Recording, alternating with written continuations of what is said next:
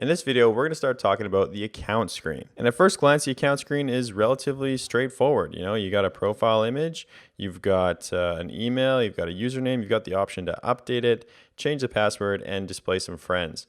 But it's actually not that straightforward. And in actuality, there's actually 5 states that the account screen potentially be in. This is the state that you would see if you were looking at it, if you're looking at your own profile. I like to call this state is self. So if this was your own profile that you were looking at. This one right here is if you were looking at someone else's profile. So notice that there's no update button down here. There's no change password. And also you have an option to send a friend request. And yeah, that's also the email is hidden. So there's a number of things that are different here.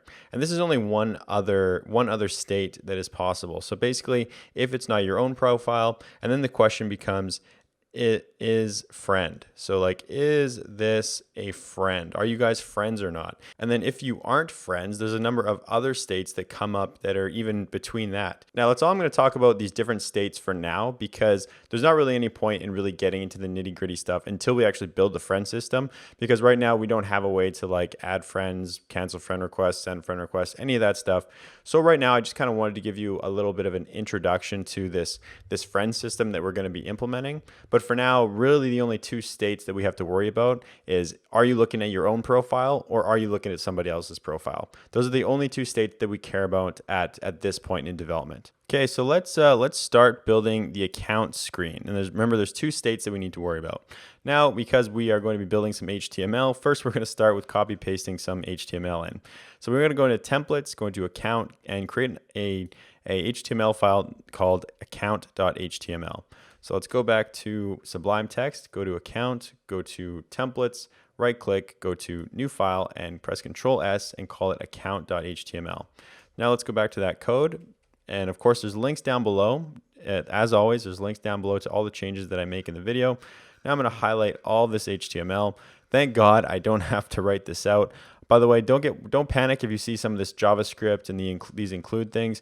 This is all just placeholders for later when we work on the JavaScript and sending the friend requests and all that kind of stuff. So don't worry about any of this stuff for now. Just copy everything from this file and paste it in. And now I'm going to quickly kind of go over it. Thank God I don't have to write all this out on video because it would just take forever. All right, so taking it from the top, as always, we have some CSS. We have a bunch of classes defined and a bunch of styling applied to them. You can go through that if you like. I'm not going to, just take a look at it if you want to know how this works. So just to kind of remind you, this is what this should look like. So the first state we're concerned with is looking at a profile that is yours. So you would have like your profile image, you'd see your email, your username, an update button, a change password button, friends kind of little card up here, and a friend request card.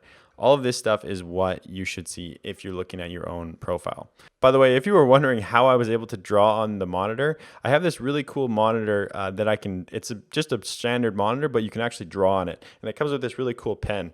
So you can see there that I'm drawing on this monitor, and I can record this screen and do everything that I was doing. It's a standard regular monitor, but I can draw on it. And it's been really helpful for making diagrams and outlining things for people. Actually, let me know what you think in the comments down below. Is this thing helpful or is it distracting? Like, what do you think of it? And if you're interested in buying one of these, I have an Amazon link down below where you can find it. It's not that expensive. It's, I guess, a little bit more than a standard monitor, but you get a lot more with it. If you're a programmer and you're just trying to figure out, what you want a certain view to look like, it's great for sketching. You can bring up a blank page. You can sketch out kind of what you want it to look like. You can save it as an image. It makes it a lot more clean, I find too, because I used to use notebooks. So you draw out a bunch of stuff in a notebook, and then you have stacks and stacks of paper that just creates clutter. This way you can save it digitally and save it in a folder in an organized way on your computer. So I find it really handy anyway. So down below, there's a link. Check it out if you are interested. This thing actually sits on my desk really, really conveniently too, in a really convenient way. Here, let me show you. See, how cool is that? It sits right down below my monitor, and I can very conveniently, still use my mouse. I got my pen here. I can draw, I can write things, and I can still record videos and do everything that I normally do. Very cool. Check it out. There's a link down below. So coming back to the HTML, we have a main container at the top Then we have a deflex and flex row. So it's kind of like, this is kind of like the parent top container. We have a card. So that's going to be this kind of card thing that we have outlining here. That's this main card here. Then inside we have the card body. Well, every card has a card body. It's just the content inside of the card. And then we have our sections starting here. So we're using flex column here. That's the first kind of important thing. So we're using flex column here because we have rows. This is going to be row number 1. This is row 2. This is row 3, row 4, row 5, row 6, and then row 7 down in here at the bottom. So of course, flex column in this case makes sense because we just have a bunch of rows that we're adding. So here's that image container. So that's going to be that first row. Now we have some logic here. So this is the second row showing that email kind of header. And then we have some Django logic for determining like what should show if it's your own profile or if it's somebody else's profile. So here's a template variable named isSelf. Remember I talked about that isSelf variable. If it's you, then show your email. If it's not, then if you want to hide your email, we're going to hide that. Otherwise, show it. So this is another template variable that we're going to be passing. So if you've clicked that checkbox in your profile telling it to hide your email, then you would hide that email. Next, we have the next row, which is just the username heading. Then we have your username, which is always going to show. It doesn't matter. There's no way to hide that. Next, we have some logic again for, is this your own profile? If it's you, we have an update button. So basically this update button should not show if you're looking at somebody else's profile. So that's why it's checking, is this you, is self, then show the update and give an option to change the password. That's the logic for this main kind of card up here. That's all that logic. So next we would move on to the stuff on the right. So if the user is authenticated, first of all, then we want to use flex column because we're going to have rows. Here, if you're looking at your own profile, there's only one row. It's just going to be this, and there's also only one row here. But later when we work with the more complex states, like if there's pending friend requests, things like that, there will be potentially more rows in here. So that's why we're using flex column, because later there's more stuff. So here's some kind of placeholders for those different states that I talked about. Basically, I think at this point, I would just ignore the logic here because this doesn't really apply until we build the friend request system. This is basically like placeholders. As you can see, there's some template variables here and some classes for declining a friend request, a function for triggering a friend request decline, a function for triggering accepting a friend request, some template variables for pending friend request IDs. None of these things exist yet, so I think this stuff can be pretty much just ignored for now. Next, we have the last card. So this card is going to be this one down here. And of course, we are using, we have a card class on it. So here we have flex column because there again is going to be rows. Although at this point, we only have a possibility of a single row. Again, I think this stuff can all be pretty much ignored because we haven't built the friend request system yet. So these are basically placeholders that we're going to go over later when we build that friend request system. Again, more stuff here with the friend request system. Are they your friend? If they are your friend, give them an option to unadd. Again, that's all stuff for later. This is a friend list link to show a link to their friends list. So that would be like this link up here, clicking on this and you'd be able to see their friends. Of course, we don't have any friends yet. We don't have a friend system. So there's pretty much just a placeholder again here. This stuff is, again, more placeholders. Notice one thing that you probably don't know is how to comment out Django logic in a template. This is how you comment it out. So like say I had an if statement. So if, something, doesn't matter what it is, just as an example. And then I did like end if. If I wanted to comment out this like if logic, I would do number signs in here. That's how you comment out Django logic in a template. So just kind of a heads up. So that's basically me just here commenting this out again, because this stuff is for later, basically just placeholders at this point. And again, if they are a friend, so this is also placeholders.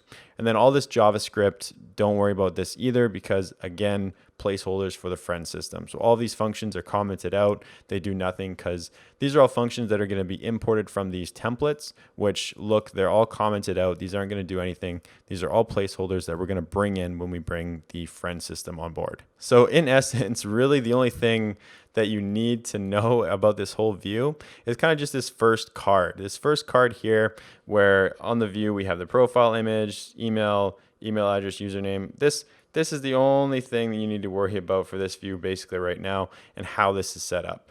This is starting to look pretty ugly. Let me clean this up. There we go. So yeah, pretty much just this. This is the only thing that you need to worry about for now. And then just the basic, very, very basic logic, is this your profile or is it not your profile? Okay, now that we have this HTML built, now let's build the view for this HTML. So going into account views.py and scroll down, and let's build a brand new view at the bottom of the screen. So define, we'll call it account view, request, arguments, and keyword arguments. Now I'm going to write a comment in here because just to kind of remind you that the logic is going to be a little bit tricky. So I just pasted that in from the source code because I didn't want to sit here and type that out. But these are just kind of the different states that we're going to be working with when we have the friend system. First Boolean is like, is this your profile? So is self. If the answer is no, are you friends? If the answer is no, then you check these 3 different possibilities for states. But for now, again, just don't worry about that. We're going to be working on that in the friend system. Okay, so let's get a context variable.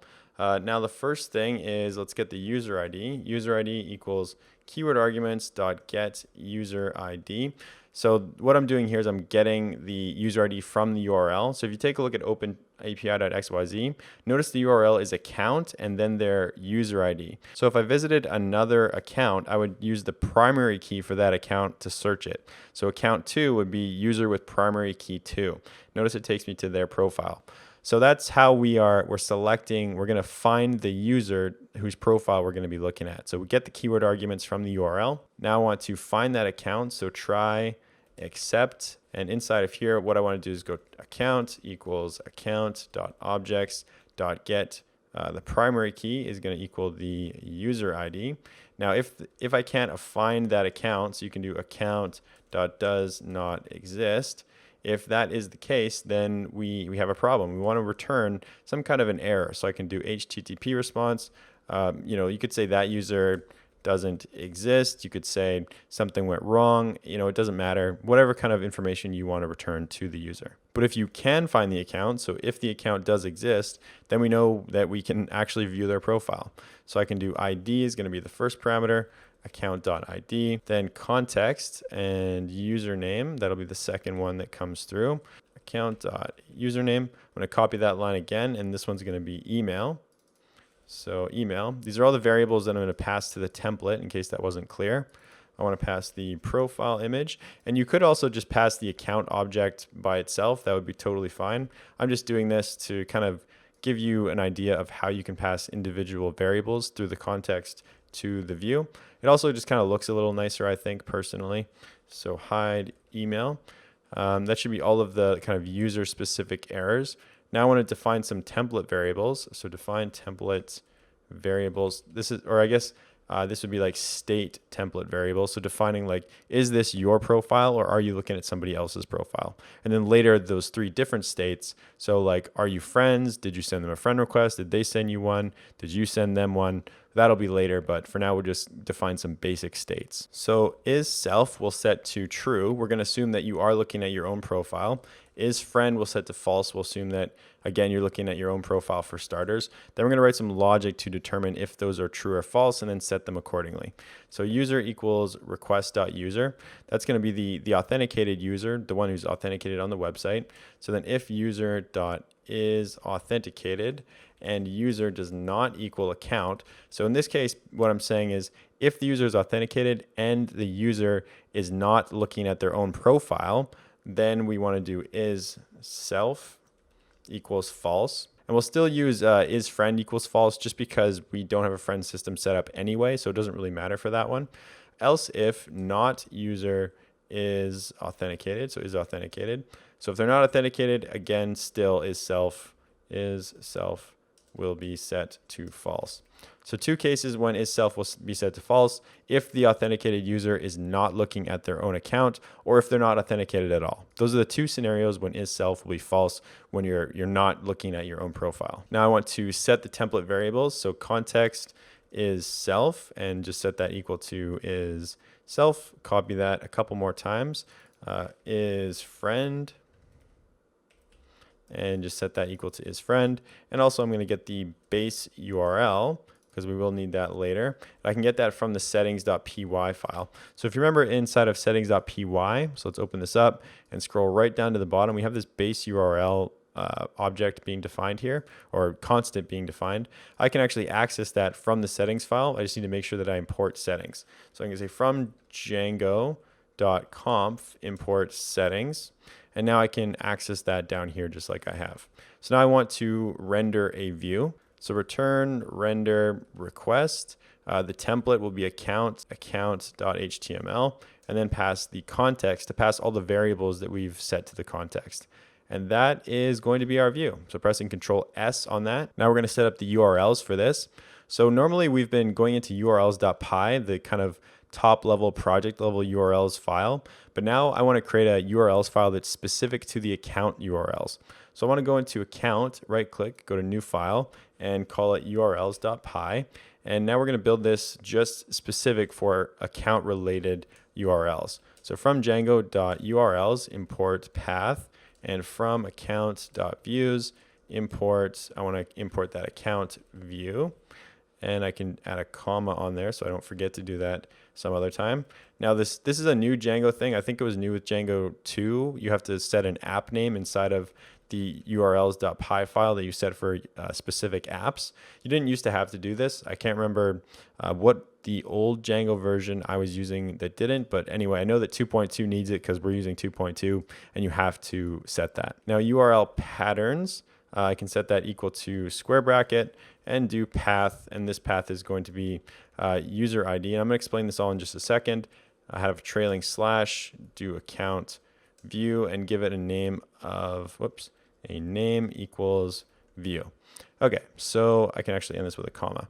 So this means, actually I'll finish setting up the URLs, the top level URLs first. So we need to go in urls.py and we need to tell this file where to find this account specific URLs file. So it's kind of like extending the basic URLs, the top level URLs, and telling it that, hey, there's some more URLs that are specific to certain apps in our project. So keeping this alphabetical, I'm going to add it right here. I'm going to do path, do account, do a trailing slash, and then do include account.url. So I'm telling it where to find one of these other URLs files. And now I want to use a parameter or a field name called namespace and reference account. So this, well, I guess I'll talk about each one of these individually. Make sure to add a comma here. Also make sure to have include imported at the top. So below settings, do from django.conf.urls import include, since that's what we are using right here. Now press Control S on this.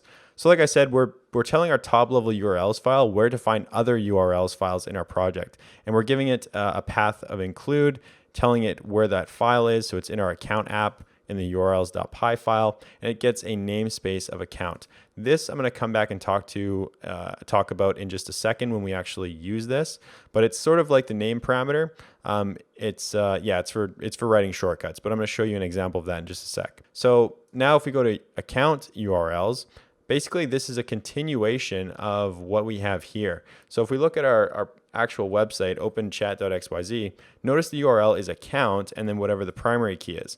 That's what we have here. So the start of the URL is account, and then we have the primary key that's the second kind of parameter. And we're telling Django that it's a variable by adding the left caret and the right caret. So we're saying that this thing could change, which it can, because if you look at the production website, you could visit the account of the user with ID 1, user ID 2, user ID 3. Those things will change. This never changes, this kind of keyword account, but these things do change. Okay, so now let's update header.html, and I'm going to talk about this namespace thing. So let's go into templates, go into header.html, and we want to be able to visit their account screen. So go to search for wherever there is account, and now let's add the shortcut for this URL.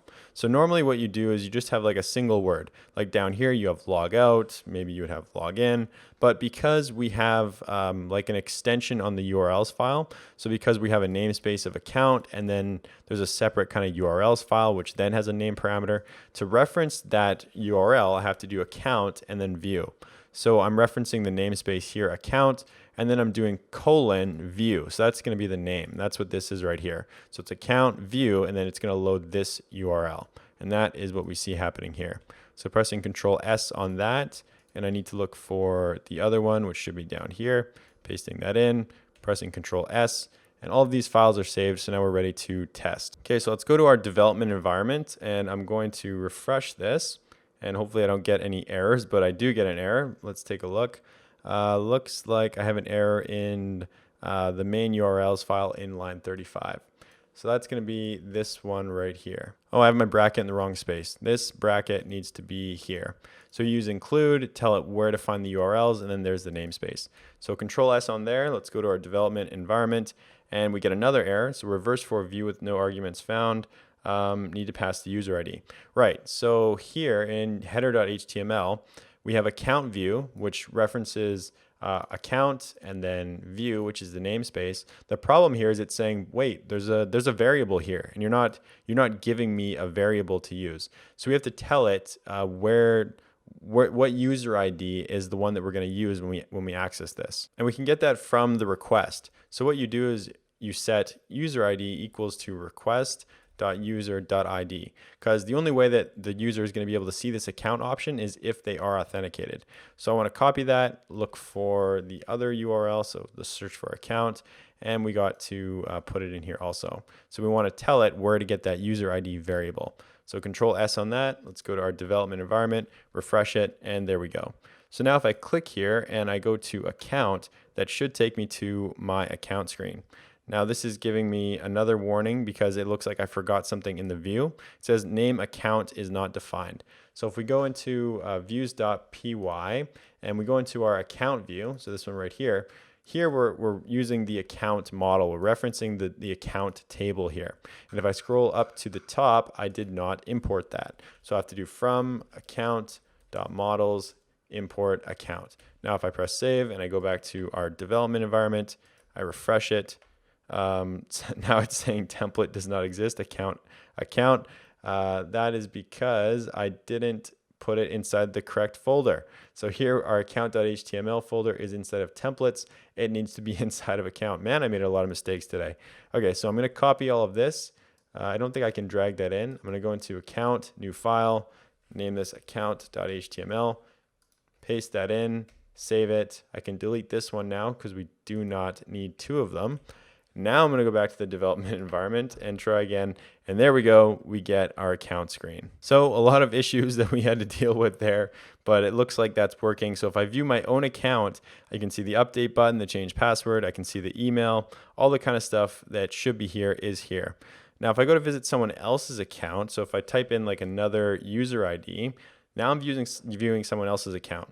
Notice that the email is hidden and I don't have the update button. I don't have the change password. So we know that that is also working. So our two kind of different states, one of the states being, is this my profile? And the other state being, is it not my or I guess it's one state. Is it my profile or is it not my profile? So both of those are working. Now in the next video, we're going to work on searching for other users.